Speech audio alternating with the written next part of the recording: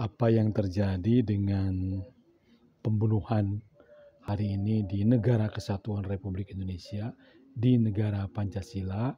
Tapi sebelum itu kita sebaiknya baca dulu At-tahiyyatu lillah wassalawatu wattayyibah. Assalamu alayka ayuhan nabiyyu wa rahmatullahi wa barakatuh.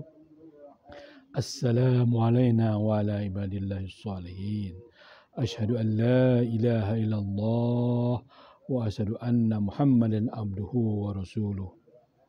Jadi apa yang terjadi dengan pembunuhan yang hari ini rame-rame dibicarakan di banyak tempat, di banyak generasi, di banyak usia, di banyak profesi, banyak orang membicarakan tentang fenomena pembunuhan seorang polisi di Indonesia.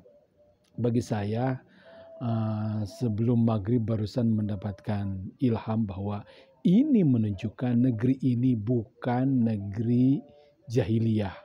Jadi kita masih sadar bahwa pembunuhan itu adalah terlarang. Jika di zaman dahulu di negeri Arab Saudi, sebut saja begitu, orang terbudaya dengan membunuh anaknya, bahkan sebelum dilahirkan.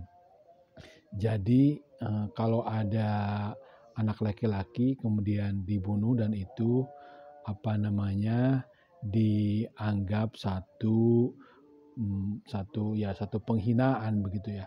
Untung ada Nabi Musa yang terselamatkan. Nah, budaya pembunuhan itu adalah budaya jahiliyah. Sementara di Indonesia, ketika ada yang terbunuh, orang mencibir, orang membenci, orang terhenyak, orang rame-rame menuntut keadilan. Hatta itu dari berbagai agama, dari berbagai suku. Ini bukan masalah kesukuan, ini bukan masalah melulu tentang agama, tapi ini masalah kesadaran kita berkemanusiaan.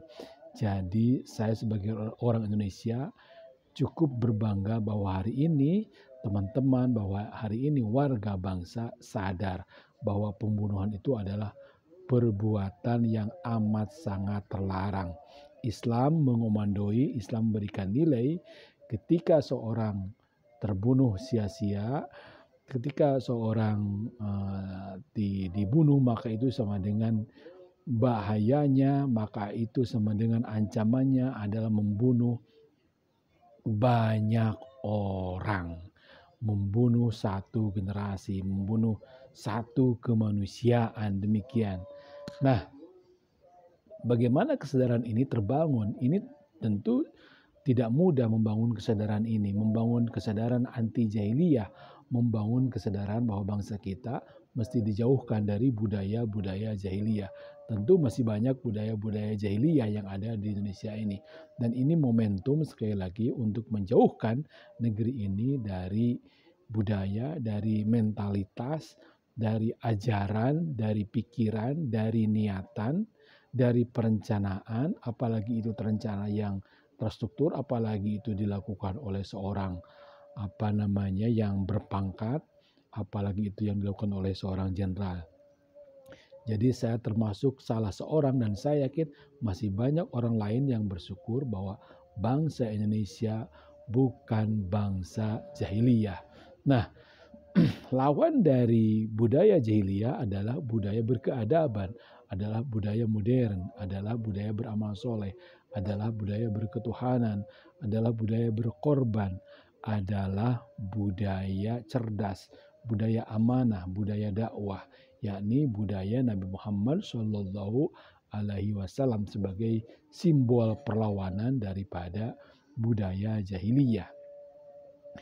Saya kira kita menjadi hendak berpulang kepada budaya kecerdasan, budaya amanah, budaya berkomunikasi, budaya tabligh. Jadi kalau kita kembali kepada Nabi Muhammad SAW, maka ukuran-ukurannya adalah ukuran-ukuran kejujuran, ukuran-ukuran profesional. Jadi sidik, amanah itu profesional, kemudian patonah itu kecerdasan, Patonah itu berarti menghargai teknologi tinggi dan mengembangkan teknologi tinggi, sedangkan budaya jahiliyah adalah budaya-budaya sebaliknya. Kalau bangsa ini mau maju, maka ukuran-ukurannya adalah mengembangkan budaya amanah, budaya profesional, kemudian budaya sidik, kemudian budaya profesional, kemudian budaya jujur, kemudian budaya patonah, budaya-budaya kecerdasan. Kalau anggaran di Republik Indonesia, kalau departemen-departemen di Indonesia, kalau perguruan tinggi Indonesia, kalau para guru di Indonesia, kalau para penyuluh di Indonesia, kalau teman-teman di Depak di Indonesia menjadikan ukuran-ukuran kecerdasan, menjadikan tujuan-tujuan kecerdasan, menjadikan nilai-nilai kecerdasan, kemudian nilai-nilai amanah tabligh fatonah, nilai-nilai sidik, maka itu alamat bahwa kita berada pada on the track. Jika tidak menjadikan kecerdasan sebagai ukuran, jika tidak menjadikan kejujuran sebagai ukuran dan profesionalisme sebagai ukuran, maka siap-siaplah kita kembali menjadi negara yang begini-begini saja, bahkan menjadi negara terbelakang. Sekali lagi, saya bersyukur kita hari ini paling tidak dengan momentum pembunuhan ini kita bisa diukur oleh alat itu bahwa kita bukan negara jahiliyah. Terima kasih. Wallahu a'lam bishawab. Dari pinggir Sungai Cimanuk terdengar sayup-sayup saudara kita membacakan ayat suci Al-Quran. Hari ini hari Senin atau malam Selasa. Wallahu a'lam bishawab. Kita tutup dengan doa la ilaha illa anta subhanaka inni kuntu minadh dhalimin. Kita tutup dengan doa Rabbana dhalamna anfusana wa illam taghfir lana wa tarhamna lanakunanna minal khasirin. Kita tutup dengan doa Allahumma ighfir lahum warhamhum wa'afihi wa'fu anhum wa aqrim nuzulahum wa wasi' mad'alahum. Kita tutup dengan doa Rabbana atina fid dunya hasanah wa fil akhirati hasanah wa qina adzabannar. Kita tutup dengan doa Allahumma arinal haqqa haqqa warzuqna tiba'ah wa arinal batila batila warzuqna tinabah. Terima kasih.